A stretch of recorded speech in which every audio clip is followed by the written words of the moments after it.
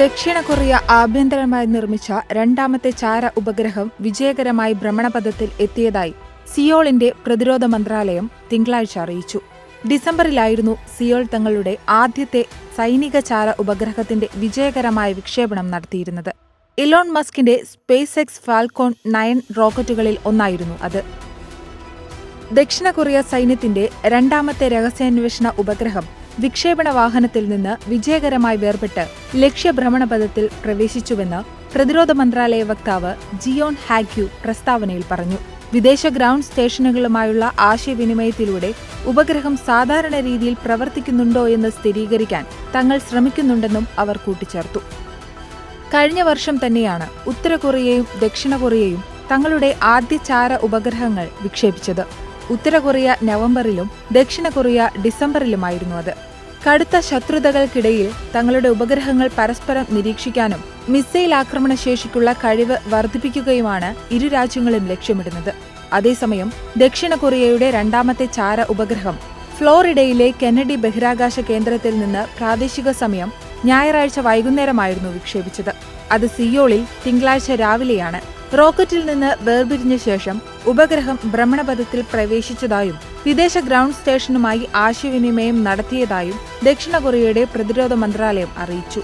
എന്നാൽ രണ്ടാം സൈനിക ചാര ഉപഗ്രഹ വിക്ഷേപണത്തിന്റെ വിജയത്തോടെ തങ്ങളുടെ സൈന്യം ഒരു അധിക സ്വതന്ത്ര നിരീക്ഷണ ശേഷി നേടിയെടുക്കുകയും കിൽ ചെയിൻ ശേഷി ശക്തിപ്പെടുത്തുകയും ചെയ്തുവെന്ന് പ്രതിരോധ മന്ത്രാലയ വക്താവ് ജിയോൺ ഹാക്യു മാധ്യമപ്രവർത്തകരോട് പറഞ്ഞു. സ്പേസ് എക്സുമായുള്ള കരാർ പ്രകാരം ദക്ഷിണ കൊറിയ 2025ഓടെ 5 ചാര ഉപഗ്രഹങ്ങൾ വിക്ഷേപിക്കാനായിരുന്നു തീരുമാനിച്ചത്. ദക്ഷിണ കൊറിയയുടെ ആദ്യ ചാര ഉപഗ്രഹ വിക്ഷേപണം നടന്നത് ഡിസംബർ 1 കാലിഫോർണിയയിലെ വാൻഡൻബർഗ് സ്പേസ് ഫോഴ്സ് ബേസിൽ നിന്നാണ്. 2022 തന്നെ സ്വന്തം സാങ്കേതികവിദ്യ ഉപയോഗിച്ച് ഒരു ഉപഗ്രഹം വിജയകരമായി വിക്ഷേപിക്കുന്ന ലോകത്തിലെ 10ാമത്തെ രാജ്യമായി ദക്ഷിണ കൊറിയ മാറിയിരുന്നു.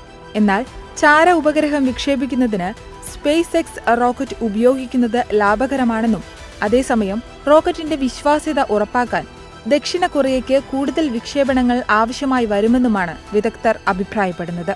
എന്നാൽ 2023 2 വിക്ഷേപണ പരാജയങ്ങൾക്കു ശേഷം നവംബർ 21 ഉത്തര കൊറിയ അതിന്റെ മലിംഗ്യോങ് 1 ചാര ഉപഗ്രഹത്തെ ഭ്രമണപഥത്തിൽ എത്തിച്ചിരുന്നു.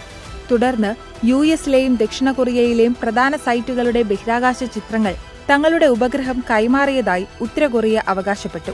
എന്നാൽ ആ സാറ്റലൈറ്റ് ചിത്രങ്ങളൊന്നും ഇതുവരെ പുറത്തുവിട്ടിട്ടില്ല.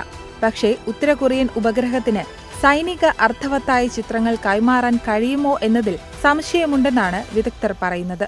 ഉത്തര കൊറിയ ഈ വർഷം കൂടുതൽ നിരീക്ഷണ ഉപഗ്രഹങ്ങൾ വിക്ഷേപിക്കുമെന്ന് പ്രതീക്ഷിക്കുന്നതായി North National Aerospace Technology Administration vice general director Pak Kyong Su March 31 പ്രസ്താവിച്ചിരുന്നു.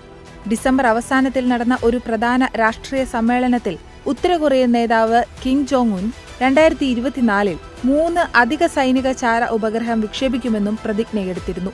അതേസമയം സമീപ വർഷങ്ങളിൽ ഉത്തര കൊറിയ അതിന്റെ ആയുധശേഖരം നവീകരിക്കുന്നതിനും വികസിപ്പിക്കുന്നതിനുമുള്ള പ്രകോപനപരമായ മിസൈൽ പരീക്ഷണങ്ങളിൽ ഏർപ്പെട്ടിരുന്നു.